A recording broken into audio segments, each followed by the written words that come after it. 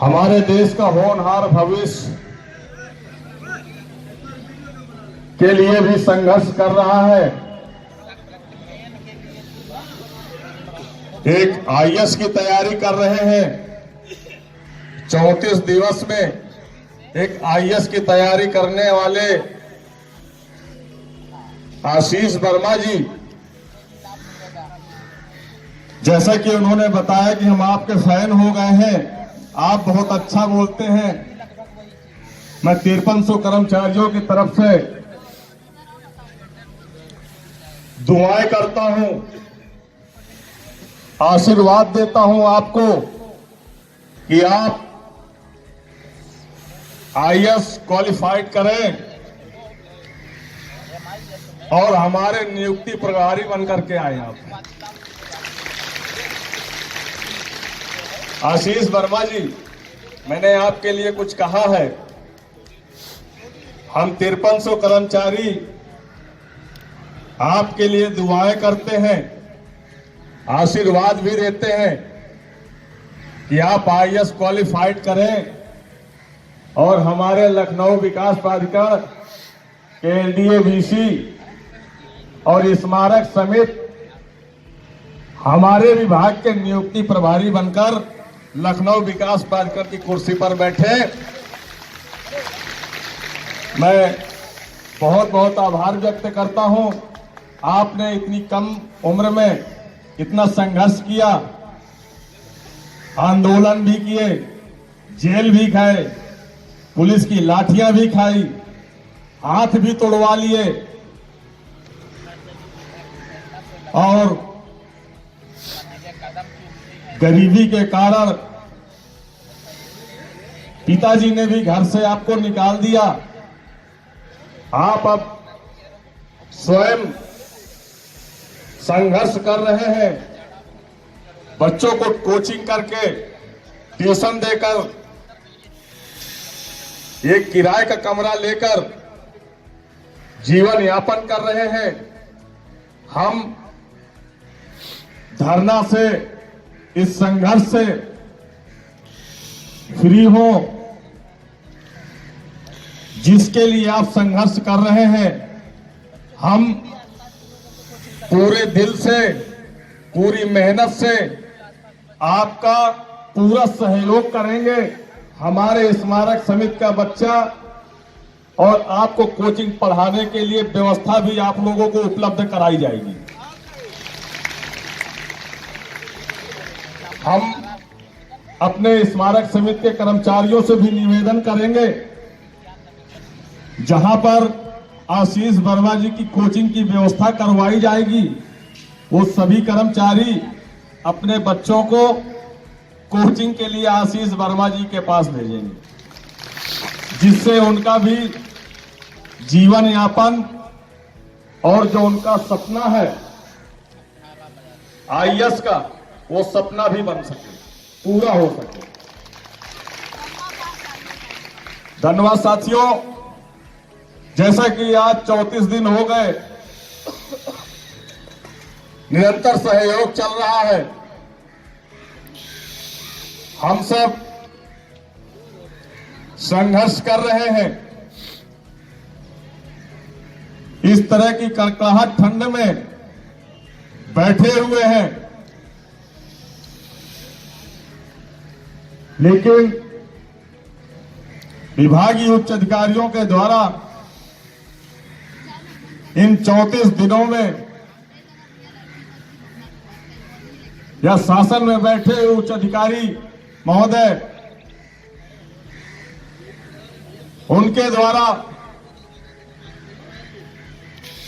मिलने का प्रयास तक नहीं किया गया, जानने का प्रयास तक नहीं किया गया।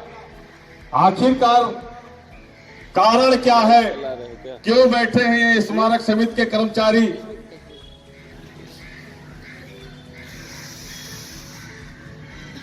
क्या चाहते हैं, इनको किन चीजों की आवश्यकता है, यह जानने का प्रयास नहीं किया और न हमारी मांगों पर विचार किया। यदि विचार किए होते 34 दिनों में किन्हीं मांगों पर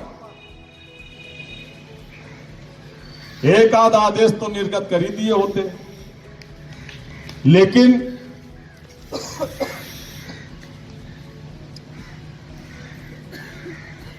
यह हम लोगों का सौभाग्य है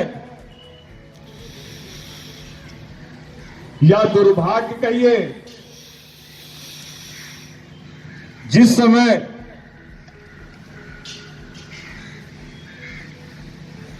अधिकारियों के गर्दनों पर तलवारें लटक रही थी, उसी समय माननीय मुख्यमंत्री महोदय जी ने महास्वच्छता अभियान चलाए जाने के निर्देश दे दिए।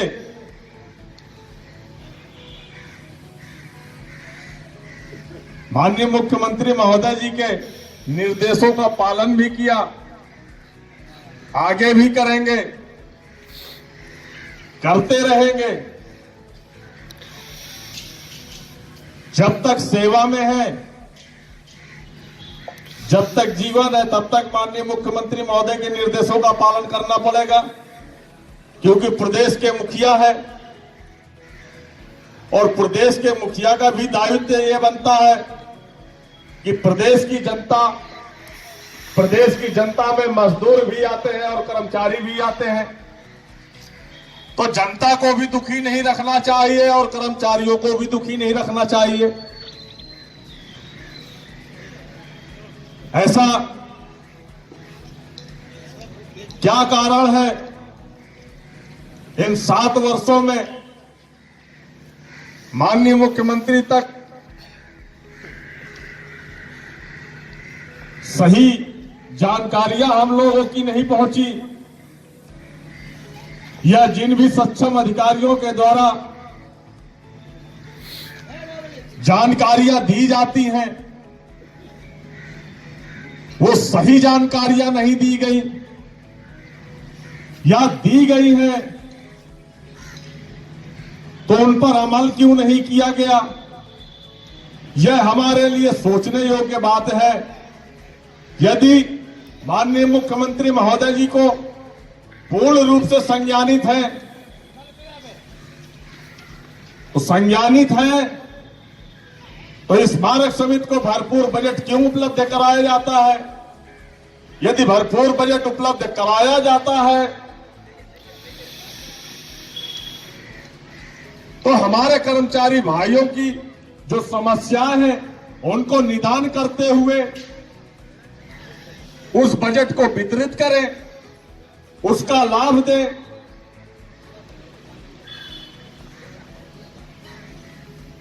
यदि वर्ष के अंत में बजट वापस होता है तो वापस करने वाले उच्च अधिकारियों को तलब करना चाहिए माननीय मुख्यमंत्री महोदय जी को। यह बजट स्मारक कर्मचारियों के पुनरीक्षित वेतनमान के लिए, 7वें वेतनमान के लिए दिए गए थे, ये वापस क्यों आया है और 7 वर्ष से बराबर वापस आ रहा है, क्यों नहीं दिया गया। ऐसे अधिकारियों को तलब करना चाहिए।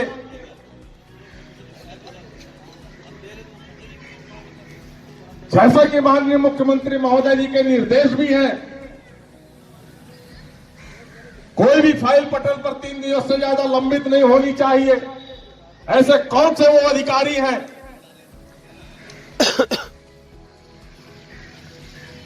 जिनके दिलों में आपके लिए कोई डर ही नहीं है कि जिस दिन आप संज्ञान में ले लेंगे उनके साथ क्या कार्रवाइयां करेंगे। उनको बिल्कुल डर नहीं है।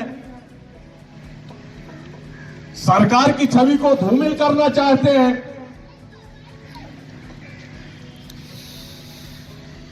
सरकार की छवि को अगर धूमिल करना चाहते हैं तो ऐसे वो कौन से अधिकारी उनको चिन्हित करवाए माननीय मुख्यमंत्री महोदय। यदि नियुक्ति प्राधिकारी महोदय हैं ऐसे तो उनको भी चिन्हित करें। स्मारक समिति अध्यक्ष महोदय हैं उनको भी चिन्हित करें। क्योंकि पूरी स्मारक समिति की भागदौड़ तो स्मारक समिति अध्यक्ष महोदय के हाथ में है, स्मारक समिति सदस्य सचिव महोदय जी के हाथ में है। तो ये बजट भी इन्हीं के द्वारा लाया जाता है और इन्हीं के द्वारा वितरित भी किया जाता है और इन्हीं के द्वारा वापस भी किया जाता है, वापस किया जाता है। तो इनसे पूछा जाए ये बजट क्यों वापस किया, या तो फिर माननीय मुख्यमंत्री महोदय जी का कहना है कि हम तो आपको भरपूर बजट दे रहे हैं, दिखावे के लिए दे रहे हैं, इसको खर्च नहीं करना है, इस उद्देश्य से वापस कर दिया जाता है। फिर ये तो सोचने विषय की बात है भाई। क्या हम लोगों की जिंदगी नियुक्ति वर्ष 2011 से 13 वर्ष हम लोग सोचने पर ही विवश हो रहे, हम विचार ही करते रहे और आप लोगों की विचारधारा में हमारा स्मारक कर्मचारी पिसता जा रहा है। हम अपनी मूलभूत समस्याओं को पूरा नहीं कर पा रहे हैं, हम अपने बच्चों को एक अच्छी शिक्षा नहीं दिला पा रहे हैं। हमको सोचना पड़ता है माह अप्रैल में हर वर्ष एडमिशन फीस भी देनी है। पता नहीं कौन सा शिक्षा व्यवस्था में नियम लागू हो गए हैं कि हर वर्ष एडमिशन होते हैं और हर वर्ष एडमिशन फीस दी जाती है। हम तो ग्रेड पे 1300 में बिल्कुल जीवन यापन कर ही नहीं पा रहे। किचन से संबंधित जो भी सामग्रियां हैं वो आसमान चल रही है महंगाई में।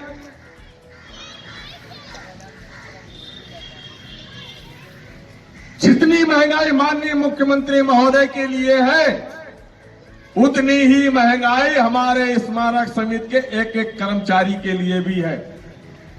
लेकिन इस बात से कोई फर्क नहीं पड़ रहा है हमारे नियुक्ति प्राधिकारी महोदय जी को, ना स्मारक समिति अध्यक्ष महोदय जी को। हम चाहते हैं कि संज्ञान में लें और संज्ञान में लेकर हमारी मांगों पर विचार न करें। विचार करने का समय नहीं रहा। 34 दिन हो गए, 34 दिन हो गए, अब विचार करने का समय नहीं है। शासनादेश निर्गत करें।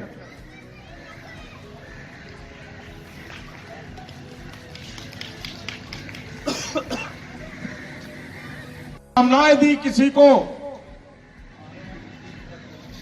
ना हमने नए वर्ष की खुशियां मनाई। आपने अपने परिवारों के बीच, अपने मित्रों के बीच खूब ढेर सारी बधाइयां भी दी, खुशियां भी मनाई, पार्टी सेलिब्रेट भी किया। अरे हम लोग भी तो हैं उसी मैदान में श्रीमान जी। हम लोगों को भी नए वर्ष की हार्दिक शुभकामनाएं मिलनी चाहिए। हम लोग भी नए वर्ष की हार्दिक शुभकामनाएं लोगों को दे सके। जिस दिन हमारी मांगों पर शासनादेश निर्गत होंगे वो दिन हमारे लिए नए वर्ष की हार्दिक शुभकामनाएं लाएंगे।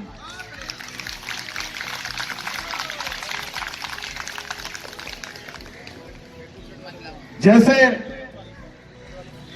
इस समय माननीय मुख्यमंत्री महोदय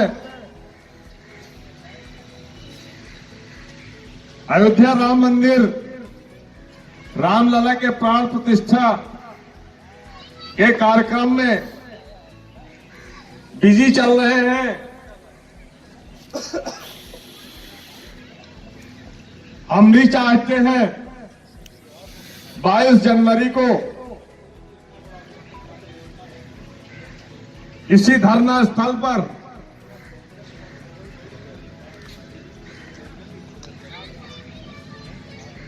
शाम को दीपक जलाएंगे और रामचरितमानस का पाठ भी थोड़ा 10-20 मिनट का पढ़ा जाएगा। उसके बाद हम लोग अपनी मूल मांगों को लेकर संघर्ष भी करेंगे। जितनी खुशी माननीय मुख्यमंत्री महोदय जी को रामलला के प्राण प्रतिष्ठा में होगी, उतनी ही खुशी हमको भी है, लेकिन वो अपार खुशी हमको तब होगी जब हमारी मांगों पर शासनादेश निर्गत होंगे।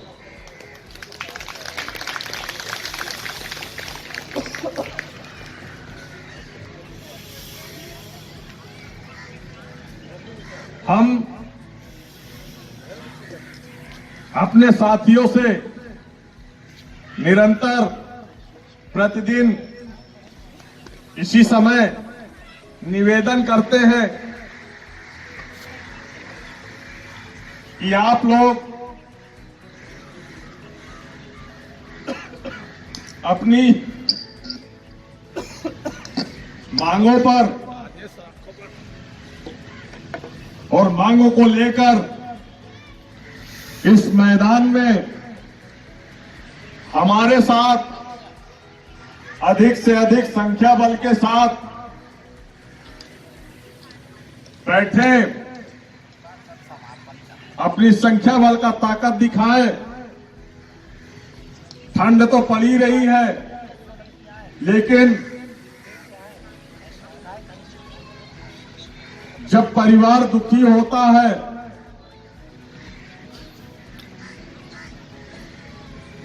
शाम को बच्चे यह कहते हैं कि पापा अभी वो किताब रह गई है, स्कूल की फीस जमा करनी है,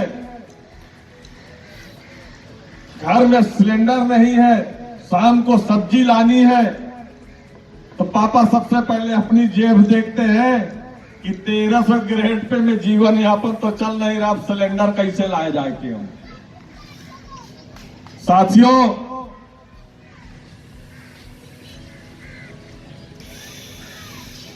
आप सभी से उम्मीद करूंगा इस बैनर तले आ जाए। 22 जनवरी के बाद जैसे ही माननीय मुख्यमंत्री महोदय अयोध्या राम मंदिर से फ्री होते हैं, ऐसी उम्मीद है, हमें पूर्ण विश्वास है कि स्मारक समिति की शायद कोई सबसे पहली समस्या होगी जो माननीय मुख्यमंत्री महोदय हमारी सुनेंगे, क्योंकि वो जितना बिजी है, समय नहीं है उनके पास, लेकिन जैसे ही वो फ्री होंगे तो सबसे पहले हमारा मानना है कि स्मारक समिति की समस्या का निराकरण करेंगे।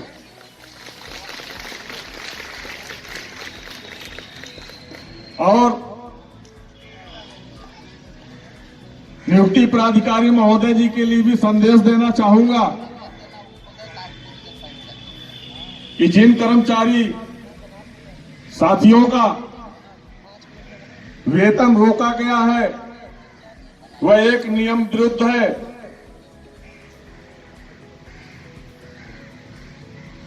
ऐसी कार्रवाइयां ना करें। वैसे भी